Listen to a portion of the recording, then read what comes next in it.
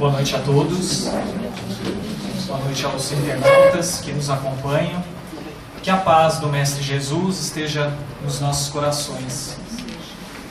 Bom, dando prosseguimento ao estudo do livro Nos Domínios da Mediunidade, hoje falaremos um pouco sobre o capítulo 23, cujo título é Fascinação. Só para que a gente possa contextualizar a continuidade do nosso estudo, vamos lembrar que o narrador nos traz, ou a narrativa nos traz, a presença dos trabalhos que aconteciam na Casa Espírita, sob a coordenação do André Luiz, do Hilário e de Aulus, junto a alguns trabalhadores da casa e aqueles que recebiam assistência. Uma dessas duas senhoras, que há a descrição, uma delas nós vimos o caso a semana passada, que foi o caso sobre o animismo. Lembram? Muito bem. E aí hoje a gente continua então, dentro daquele mesmo contexto. E o texto nos diz o seguinte: levantara-se a dama de esquisita maneira e, rodopiando sobre os calcanhares, qual se um motor lhe acionasse os nervos, caiu em convulsões, inspirando piedade. Jazia sob o império de impassíveis entidades da sombra, sofrendo, contudo, mais fortemente a atuação de uma delas, que ao enlaçá-la parecia interessada em aniquilar-lhe a existência. Olha a importância dessa expressão, que a atuação de uma delas, que ao enlaçá-la parecia interessada em aniquilar-lhe a existência. A infortunada senhora, quase que uivando, à semelhança de loba ferida, gritava a debater-se no piso da sala, sob o olhar consternado de Raul, que exorava a bondade divina em silêncio. Raul era o encarnado dirigente que coordenava as atividades daquela noite. Coleando pelo chão, adquiria animalesco aspecto, não obstante sob a guarda generosa de sentinelas da casa. Então havia toda uma proteção. Aulus e o irmão Clementino, usando avançados recursos magnéticos, interferiram no deplorável duelo, constrangendo o obsessor a desvencilhar-se, de certo modo, da enferma que continuou, ainda assim dominada por ele, a estreita distância. Havia uma dominação. Após reerguer-se a doente, auxiliando-a a sentar-se, rente ao marido, nosso instrutor deu-se pressa em explicar-nos o que estava acontecendo. É um problema complexo de fascinação. Nossa irmã permanece controlada por terrível hipnotizador desencarnado, assistido por vários companheiros que se deixaram vencer pelas teias da vingança. No ímpeto de ódio com que se lança sobre a infeliz, propõe-se humilhá-la, utilizando-se da sugestão. Então havia um controle mental ali. Não fosse o concurso fraternal que veio recolher neste santuário de prece, em transes como este seria vítima integral da licantropia deformante. Então aquele aspecto de loba, os sons que ela emitia lembravam esse processo conhecido como licantropia. Muitos espíritos pervertidos no crime, abusam dos poderes da inteligência, fazendo pesar tigrina crueldade sobre quantos ainda sintonizam com eles pelos débitos do passado. Então ele traz a gênese desta manifestação, deste contexto, trazendo as origens lá no passado, ou relatando que as origens se encontram lá no passado, numa outra encarnação. A semelhantes vampiros, devemos muitos quadros dolorosos da patologia mental nos manicômios. Então há casos semelhantes, né, e ele descreve, muitas vezes não compreendidos pela ciência terrena e muito menos por aqueles ditos não conhecedores em relação à doutrina espírita, e que muitas vezes essas pessoas acabam sendo institucionalizadas em hospitais ou manicômios, né, como se utilizava essa expressão anteriormente, em que numerosos pacientes sob intensiva ação hipnótica imitam costumes, posições e atitudes de animais diversos. Ao passo que a doente gemia de estranho modo, amparada pelo esposo e por Raul, que se esmerava no auxílio, Hilário, espantado, indagou: tão doloroso fenômeno é comum? E o orientador explica: muito generalizado nos processos expiatórios em que os espíritos acumpliciados na delinquência descambam para a esfera vibratória dos brutos. Esclareceu nosso orientador, coadjuvando em benefício da enferma, cujo cérebro prosseguia governado pelo insensível perseguidor como brinquedo em mãos de criança. Veja que o controle sobre aquela senhora era tão intenso, né, de que ele coloca aqui a semelhança de um brinquedo na mão da criança. Quer dizer, havia toda uma constrição importante sobre essa senhora. E por que não separar de vez o algoz da vítima? Quer dizer, se ela está manifestando ali algo tão importante, que lhe traz tanto sofrimento, que a coloca em um quadro de convulsão, não seria prudente, então, talvez evitar aquele processo? E aí o Aulus coloca: calma, Hilário, ainda não examinamos o assunto em sua estrutura básica, sobre os seus porquês, né? E os paraquês também. Toda obsessão tem alicerces na reciprocidade, na sintonia, na faixa vibratória, né? Recordemos o ensinamento de nosso Divino Mestre. Não basta arrancar o joio, é preciso saber até que ponto a raiz dele se entranha no solo com a raiz do trigo, para que não venhamos a esmagar um e outro. Não há dor sem razão. Atendamos assim à lei da cooperação, sem o propósito de nos anteciparmos à justiça divina. Veja como Deus é misericordioso e bondoso e mais, justo, né? E aqui também nos faz refletir sobre a questão da lei de ação e reação e do livre-arbítrio, né? Veja que realmente naquele momento era um quadro bastante delicado em que aquela senhora se encontrava, porém não era por acaso, assim como não é por acaso muitas das nossas vivências de dor, né, dos quadros mais importantes do ponto de vista da obsessão, né? Mas há um detalhe importante que ele nos coloca, de que todo o processo obsessivo há uma reciprocidade, tem um porquê e tem uma sintonia, né?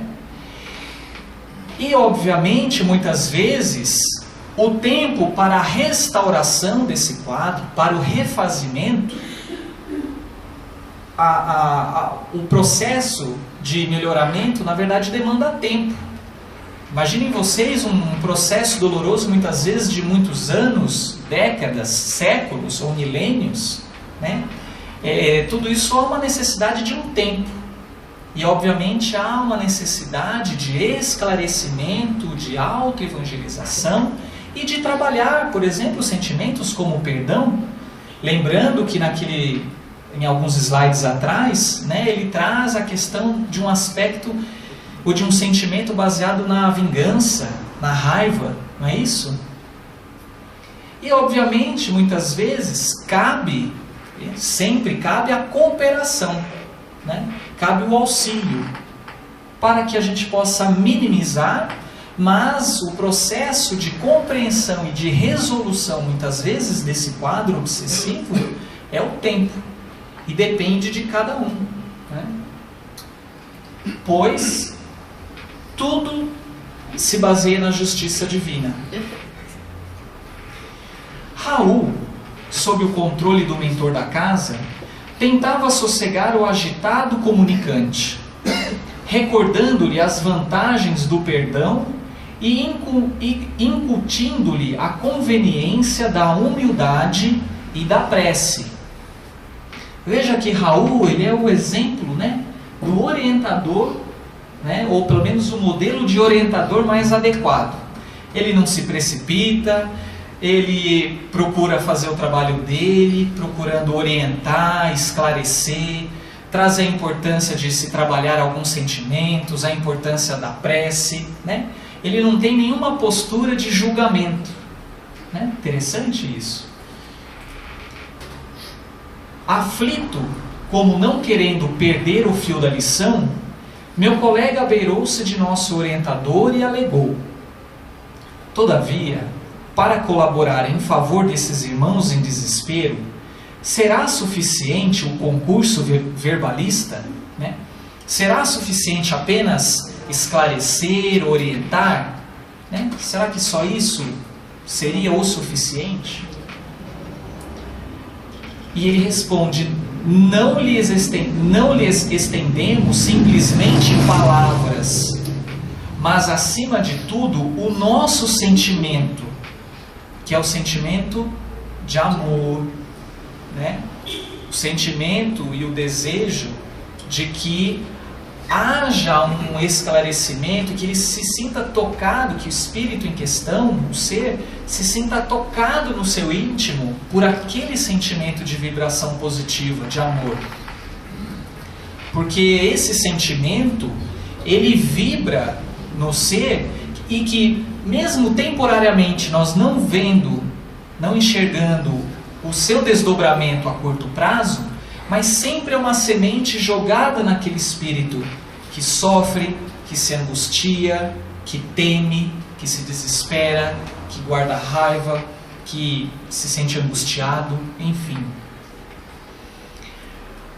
Então, toda frase articulada com amor é uma projeção de nós mesmos. E aí vamos trazer para o nosso dia a dia, vamos trazer para a nossa vida cotidiana. Será que estamos projetando frases articuladas com amor? Em tempos de eleição está difícil, né?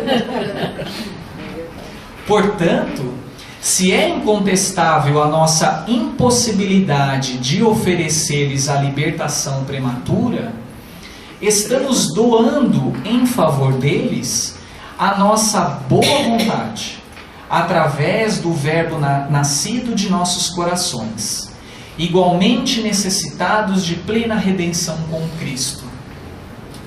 Então veja, todos nós somos necessitados dessa misericórdia do Pai, da misericórdia e do perdão do nosso próximo. Não estamos tão evoluídos assim, né? Somos ainda carentes da prática do amor e da caridade. Trazemos de milênios e milênios as nossas angústias, os nossos traumas, as nossas vivências, muitas vezes percorridas no caminho do mal.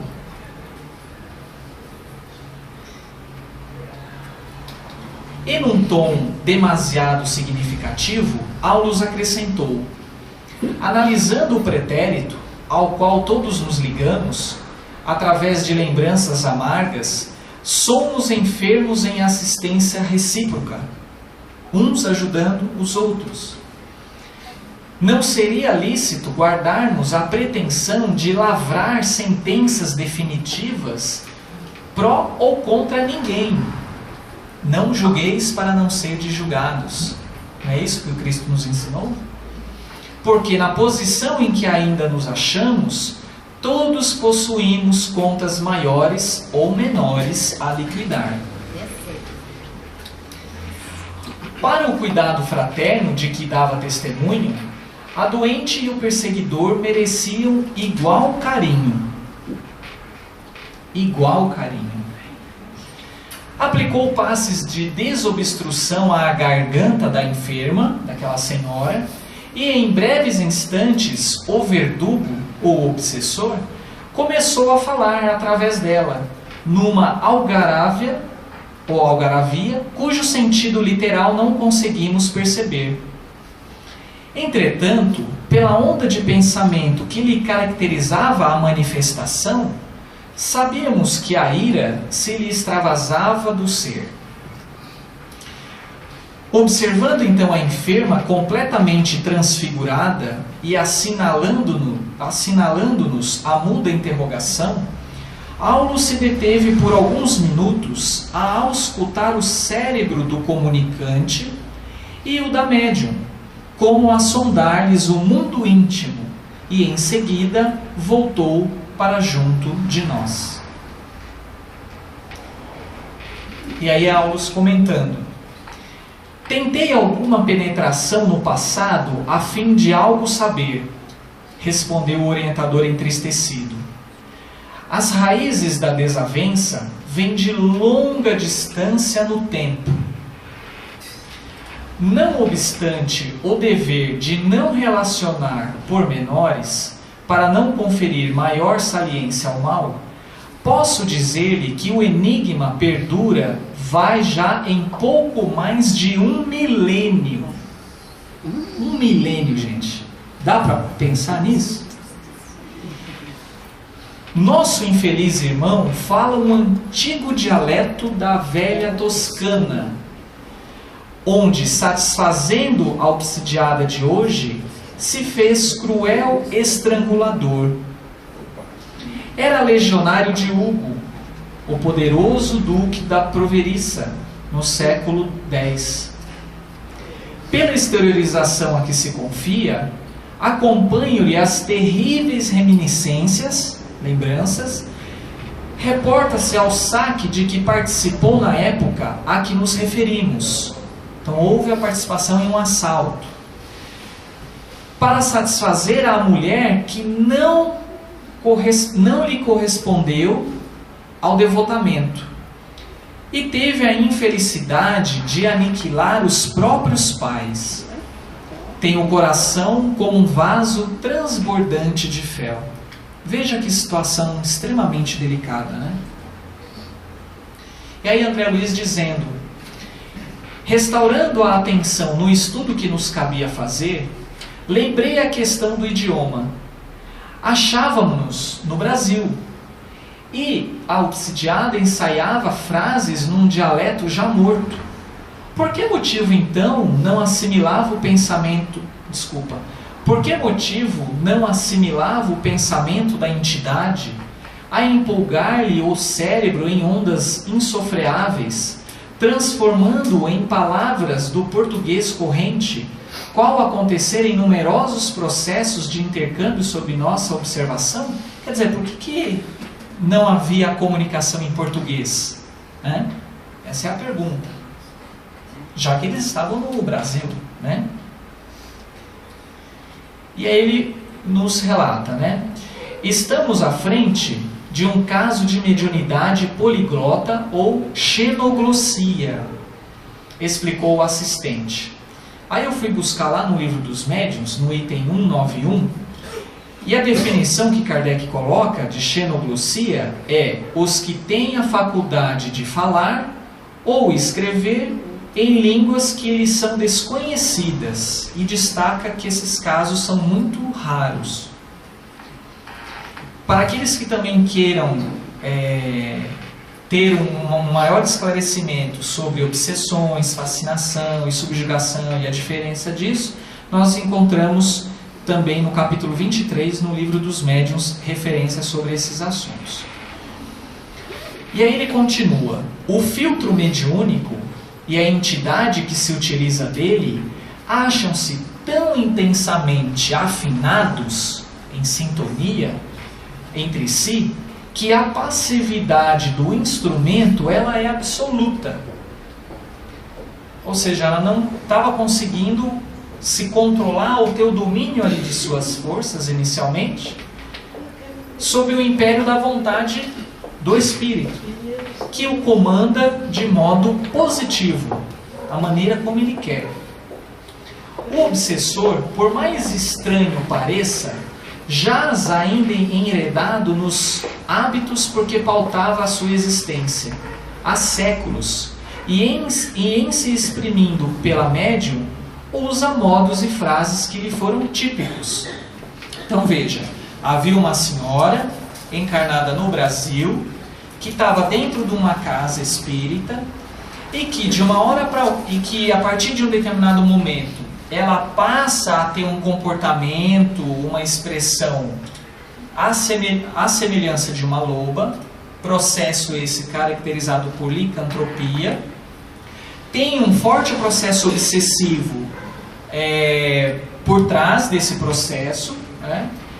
E que a partir de um determinado momento, sob assistência espiritual, a partir de passes magnéticos, houve a possibilidade de que esse espírito se comunicasse através dela, e através de um dialeto que ninguém conhecia, que sob a orientação e avaliação dos mentores ou dualos, observou-se que tratava-se de uma língua muito antiga, né? Bom, continuando, isso, entretanto, objetou Hilário, é atribuível, então ele faz uma pergunta, né, ao Aulus. Então, isso, entretanto, é atribuível à mediunidade propriamente dita ou à sintonia mais completa?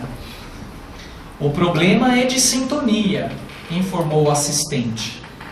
Contudo, se a doente não lhe houvesse partilhado da experiência terrestre, não houvesse partilhado a existência terrestre juntamente com o espírito comunicante, como legítima associada de seu destino, poderia o comunicante externar-se no dialeto com que se caracteriza? Quer dizer, se ela não tivesse vivenciado naquele tempo o mesmo contexto, a mesma vivência com ele, ela poderia retransmitir essa comunicação do espírito ali? E aí ele responde: positivamente não, esclareceu Aulus. Em todos os casos de xenoglossia, que são raros, é preciso lembrar que as forças do passado são trazidas ao presente.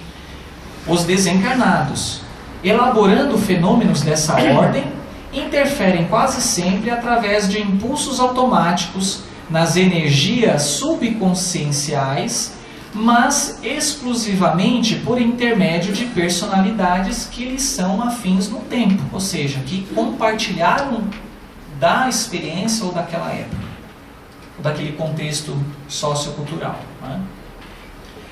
Quando um médium analfabeto se põe a escrever sob o controle de um amigo domiciliado em nosso plano, no plano espiritual, isso é Aulus falando, isso não quer dizer que o mensageiro espiritual haja removido milagrosamente as pedras da ignorância, que o encarnado ali, né, ele de uma hora para outra, ele tivesse algum aprendizado, né, ali naquele momento, né?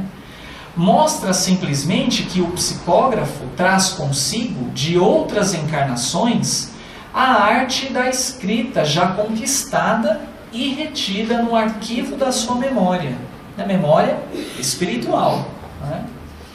Cujos centros o companheiro desencarnado consegue manobrar.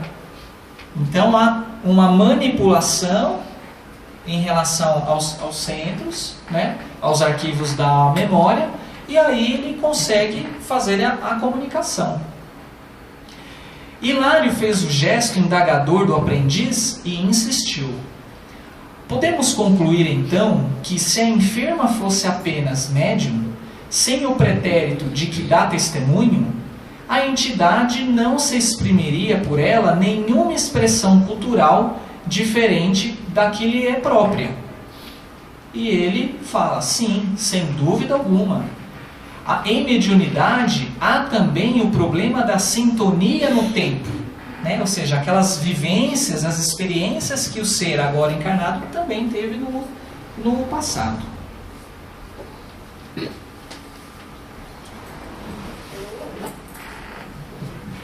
E aí ele faz uma comparação bastante interessante nesse caso, né?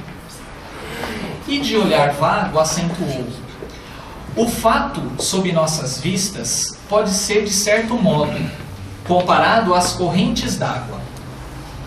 Cada qual tem o seu nível.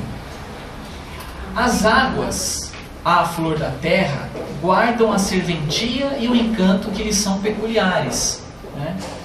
Contudo, somente as águas profundas encerram o tesouro educado ou inculto das enormes forças latentes. Quer dizer, aquilo que a pessoa traz dentro de si, aquilo que está no seu íntimo, né? Gravado em si. E que podem ser convenientemente utilizadas quando aquelas são trazidas à superfície. Quer dizer, tem coisas que conseguem ser manifestadas, no caso em questão, porque ela trazia, né, experiências, trazia também um comprometimento com aquele espírito há milênios, né? E isso aconteceu em decorrência dessa vivência, dentro desse contexto. Conjugando o nosso esforço, separamos de alguma sorte o algoz da vítima, conquanto, segundo o apontamento de nosso orientador, continuassem unidos pela fusão magnética, mesmo à distância. Companheiros de nossa esfera retiraram o espírito obsidente, encaminhando-o a certa organização socorrista. Então ele foi amparado, né? Ainda assim, a doente gritava, afirmando estar à frente de medonho estrangulador em vias de sufocá-la. Bom, mas se ele havia sido socorrido, como que ela poderia estar ainda em um estado de certa perturbação mental? E aí, aplicando-lhe passe de reconforto, Al nos esclareceu. Agora é apenas o fenômeno alucinatório, natural em processos de fascinação como este. Perseguidor e perseguida jazem na mais estreita ligação telepática, agindo e reagindo mentalmente um sobre o outro. Havia uma questão de sintonia, né? Gradativamente a enferma acalmou-se. Fim da crise, perguntei ao nosso orientador sobre o remédio definitivo à dolorosa situação, ao qual respondeu com grave entono. A doente está sendo preparada, vejam a misericórdia, né, e a justiça divina, tendo-se em vista uma solução justa para o caso. Justa. Ela e o verdugo, em breve, serão mãe e filho. Olha só. Não há outra alternativa na obtenção do trabalho redentor. Que trabalho redentor é esse? Trabalho de amor, de reajuste, de compartilhar novamente uma existência, uma proximidade, de maneira que seja, dentro das possibilidades, a mais fraterna, a mais conveniente, ou a mais assertiva possível, né? Energias divinas do amor puro serão mais profundamente tocadas em sua sensibilidade de mulher, e nossa irmã praticará o santo heroísmo de acolhê-lo no próprio seio. Ela era vítima? Era vítima? O que tinha acontecido lá atrás? Ele tinha feito um saque, provavelmente aí de uma maneira, talvez existiria, ou melhor, houve, na verdade, algum interesse do ponto de vista material em relação ao pai. Não sei se ele tinha, sei lá, alguma coisa relacionada a comércio ou qualquer coisa nesse sentido, ou em casa. Houve um saque, houve também o assassinato dos pais, né? E talvez pelo fato, né, como ela não correspondeu talvez a essa intenção de que após acontecer isso, talvez ela teria ele junto de si, ou ele teria ela junto dele, e isso não aconteceu. E obviamente esse conflito acabou se persistindo aí por milênios, né? Em seguida, deixando-nos pensativos, caminhou no rumo de outro necessitado, enquanto exclamava: louvado seja Deus pela glória do lar, né? Então, por isso que quando a gente lê lá no Evangelho, né, sobre os laços corporais, os laços espirituais, né, o papel e a importância da reencarnação como processo regenerativo, como processo de aprendizado, de renovação de sentimentos, como o amor, né, de uma maneira que a justiça divina possa se cumprir, né? Dessa forma, através deste exemplo, fica muito mais claro, né, o papel que cada um de nós tem, né, junto ao ambiente familiar, de que aquela situação, muitas vezes difícil, de dor, de desassossego, de conflitos, né, na verdade sempre há um porquê por trás disso tudo.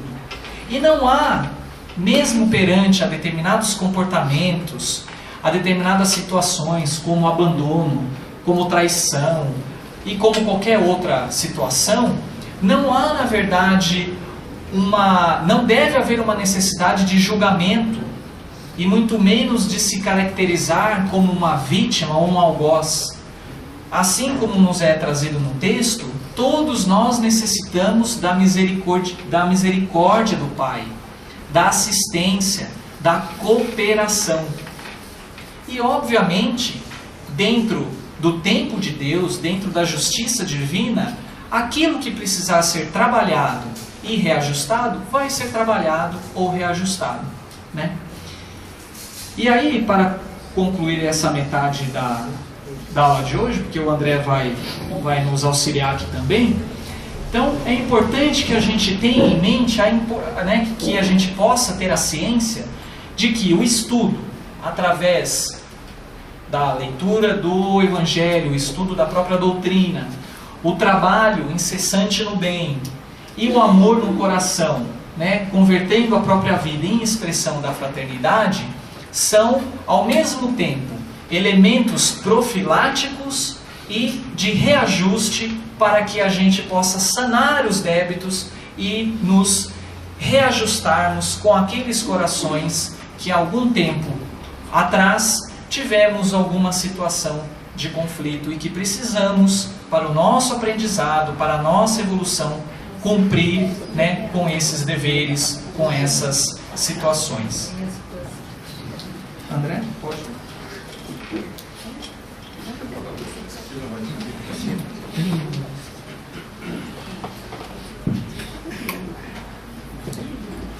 Boa noite.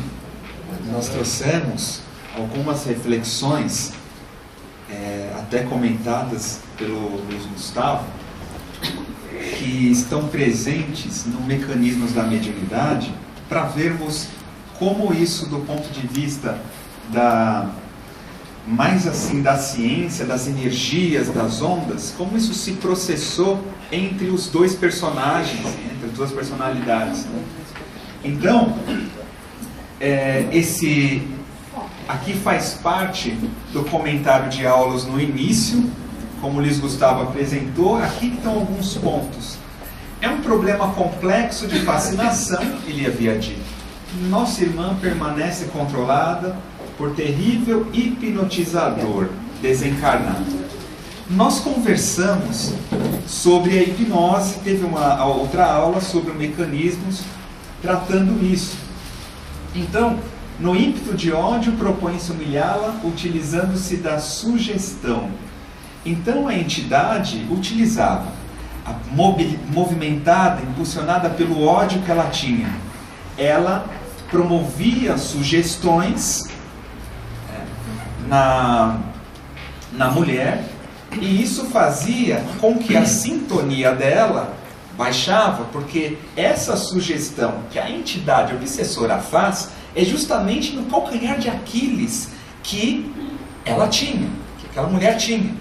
Então, trazendo para nós algumas reflexões, muitas vezes é um estímulo no trânsito, ou uma palavra, uma frase que alguém fala e a gente não gosta e bate profundamente nos nossos pontos fracos. Ali a gente reage por causa de um reflexo ou de um automatismo mental, a frequência torna-se mais longa e dá aí a condição no caso, a entidade, obsessora, atuar com mais facilidade, e no caso dela foi muito mais forte, porque o vínculo, como o Gustavo colocou, foi há milênios, há mais de um milênio. Então a vinculação entre as duas entidades era muito forte. Quantos ainda sintonizam, diz Aulus, com eles pelos débitos do passado? Então, o passado, ele já passou. No entanto, o registro está em nosso perispírito, está em nossa memória. Então, o registro do passado, ele faz parte também dos nossos corpos. Então, é aí que estão as energias a serem modificadas e que dão a sintonia com todos aqueles com quem convivemos, seja encarnado ou desencarnado, porque existia uma convivência entre os dois, No capítulo sobre obsessão e mediunidade, no Mecanismos, André Luiz afirma: trazendo consigo as sequelas ocultas, exteriorizam ondas mentais viciadas que lhes alentam as disfunções dos implementos físicos, ondas essas pelas quais recolhem os pensamentos das entidades inferiores, a lhes constituírem a cobertura da retaguarda. Então, que sequelas ocultas são essas? Ela guardava. Isso é resquício do ontem. Afinizados com os fulcros de sentimento desequilibrado. Aulus afirmou que era um problema de sintonia, que eles estavam em sintonia plena, o obsessor e a moça.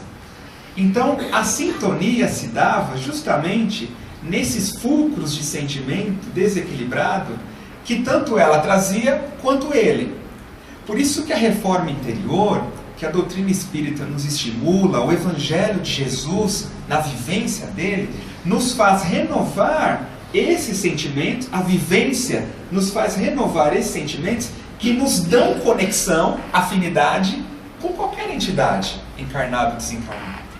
Nós renovamos a energia, a nossa sintonia, a partir da reforma interior desses sentimentos que estão constituindo a minha mente, a nossa mente. É então que aí Aulus coloca: o problema é de sintonia. Então a sintonia ela faz parte da emissão dos pensamentos, e o sentimento e o pensamento fluem nesse sentido. Então, no relacionamento entre esses espíritos, se faz na base dos sentimentos, devido às energias que se acumulam na estrutura mental. Então, aquela personagem, ela carregava ainda alguns comportamentos, e era isso que dava a perfeita sintonia também com aquela entidade. Se ela modifica a forma de sentir, a forma de reagir diante das dificuldades, o perseguidor não consegue acessar, porque ela não carregaria eventualmente um sentimento de ódio ou de vingança, que é o que ele tinha. Ele estava querendo se vingar. Então tinha o ódio e a ação da vingança. Se ela não mais trouxesse, até tentando só verificar de um outro ponto de vista, se ela não trouxesse energias de ódio ainda, ou de eventual vingança, ele não conseguiria, talvez, tão facilidade assim, de se sintonizar. Assim como nós no rádio, a gente tenta sintonizar uma emissora de rádio, às vezes é fácil, né? Porque aquele aparelho é digital, etc. Agora, se você está com um rádio, que o aparelho tem uma outra eletrônica, outra estrutura, muitas vezes a sintonia é difícil. Então aí que está a questão, trazendo de forma simbólica esse exemplo, porque no nosso caso é muito mais complexo no perispírito, a sintonia é dada também pelas estruturas desses sentimentos que carregamos. Aqui no caso, ela teve a bênção de ir a uma casa espírita e lá, tanto ela quanto a entidade estavam sendo tratados. E por que não separar de vez o algoz da vítima? Que foi uma pergunta que eu também fiz, foi uma dúvida minha. Por que não separa? Não separa os dois logo, né? E aí me chamou a atenção, esse é um último ponto, que o Aulus realmente afirmou: calma, Hilário, ainda não examinamos o assunto em sua estrutura básica. Toda obsessão tem alicerces na reciprocidade. Aí eu me perguntei, como assim na reciprocidade? Né, se ele está perseguindo. Então a gente viu na história que existia uma causa, né, uma causa que, se é recíproco, é porque ele irradia e ela sustenta isso, é uma via de mão dupla. Entendamos assim a lei de cooperação, atendamos assim a lei da cooperação sem o propósito de nos anteciparmos da justiça divina. Então muitas vezes, é uma reflexão que a gente quer trazer agora, que muitas vezes a gente pensa que separar a entidade, naquele caso, seria a solução. E aqui Aulus nos chama a atenção para uma certa calma e tranquilidade, para poder identificar, para nós não anteciparmos a justiça divina. Porque mal ou bem foi o processo obsessivo que fez ela ir para a casa espírita. Então, quiçá, partir para um novo caminho de conseguir ter forças de receber aquela entidade como filho, que é o que vai acontecer, é o que deve ter acontecido, talvez, pelo tempo que o livro foi escrito até agora, né? Mas ele fala que em breve ela daria luz a essa entidade. Então, no caso, não dá para separar, no caso, porque ele vai nascer filho dela, então essa convivência tem um objetivo que as leis divinas norteiam. E aí ele diz que, analisando o pretérito, ao qual todos nos ligamos, através de lembranças amargas, somos enfermos em assistência recíproca. Novamente o recíproco. Então, nesse ponto de vista, somos enfermos, tanto no caso o obsessor, quanto a suposta vítima. Em todos os casos, né, de xenoglossia, como foi lido pelo Luiz, aí a gente chama a atenção sobre esta parte.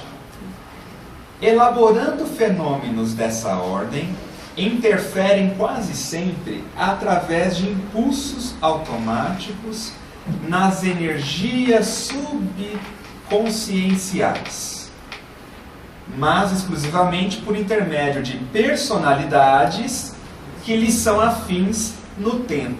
Então, a mulher, em outras existências, né, a personalidade antiga que ela teve, que conviveu com ele, isso deu possibilidade da entidade se conectar a ela. E até essa personalidade que ela falava aquele idioma. Então isso estava na própria memória perispiritual dela. Vindo aqui, por exemplo, observando através de uma imagem, hoje a personalidade dela, por exemplo, né, ela recebe a influência de diversas personalidades de outras vidas. Uma delas foi aquela, há 1000 anos atrás, que ela falava aquele dialeto. Então ela teve essa aquisição. Aí a entidade conseguia se vincular a partir dessa energia da memória tá? Dos corpos superiores mais sutis que ela traz. E era isso que disparava o processo obsessivo também. Então, em nossa memória, como espírito, está tanto as nossas conquistas morais, quanto também as dificuldades a serem melhoradas. As conquistas do ontem participam do hoje de acordo com a nossa forma de expressar. Nossa personalidade atual tem um pouco do que a gente foi ontem.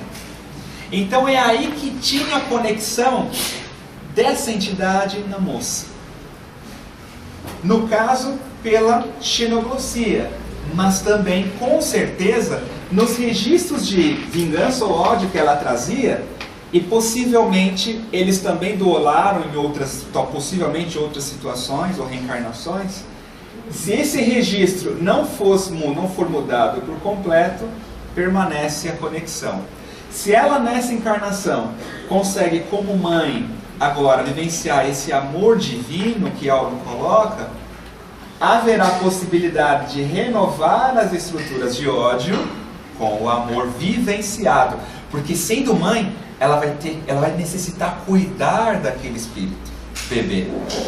E cuidar, e velar na noite quando ele não está dormindo, e trocar a fralda, e tem todo o cuidado materno e também evidente paterno, que aí trazendo para nossas reflexões, a gente reencontra muitos espíritos do ontem, e é na situação de caridade, que essa caridade da prática do amor, como materno ou paterno, que dá a nós a possibilidade de transformar a energia menos feliz que guardamos dele, ou dela, daquela entidade. Então é na vivência, hoje é como mãe, de repente nossos pais ou filhos, ou aquele irmão mais velho ou mais novo, que nós temos uma oportunidade nova de não guerrear de novo, como foi há milênios atrás, mas agora unir para renovar os sentimentos que estão guardados daquele registro, e só com a vivência do presente a gente consegue renovar todo esse conteúdo que muitas vezes trazemos de outros tempos. E o amor é tão poderoso que Jesus nos disse no Boa Nova que depois do diálogo com Nicodemos, ele fala com os apóstolos, não recordo o capítulo do livro Boa Nova, mas ele diz que às vezes pensamos que quando dois inimigos, um mata, aí depois na outra encarnação talvez o outro teria que fazer o mesmo, né, e passar pela mesma situação. Não é bem assim. Jesus diz que na verdade a lei é de amor. Se um dos dois decide amar, ele quebra esse processo de duelo, esse ciclo que se repete às vezes muitas vidas.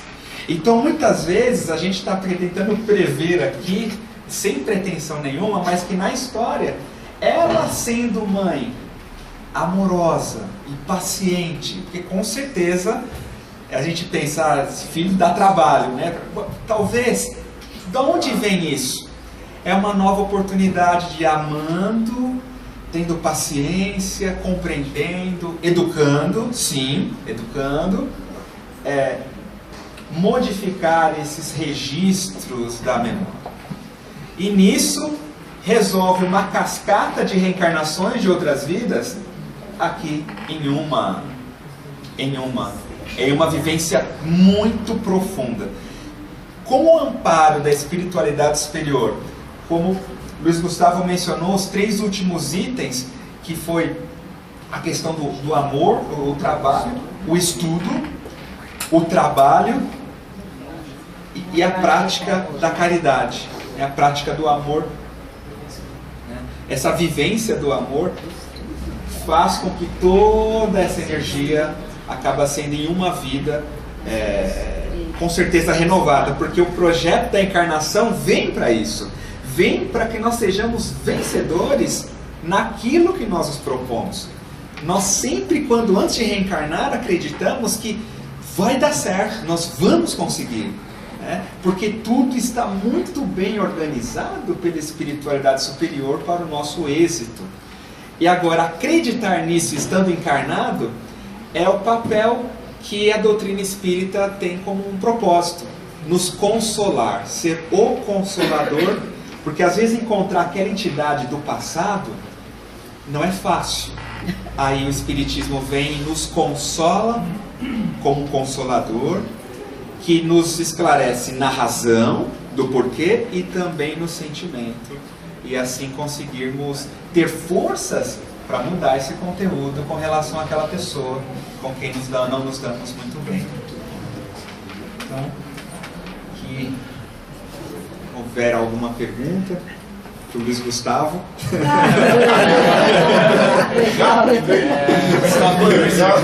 Ou para mim, claro. Falei lá na aula anterior que qualquer dúvida era para tirar com a doutora Marlene. Melhor para a doutora Marlene, qualquer dúvida. Melhor para a doutora. Opa! Opa! Então nós vamos partir para o próximo trabalho. Boa noite. Boa noite.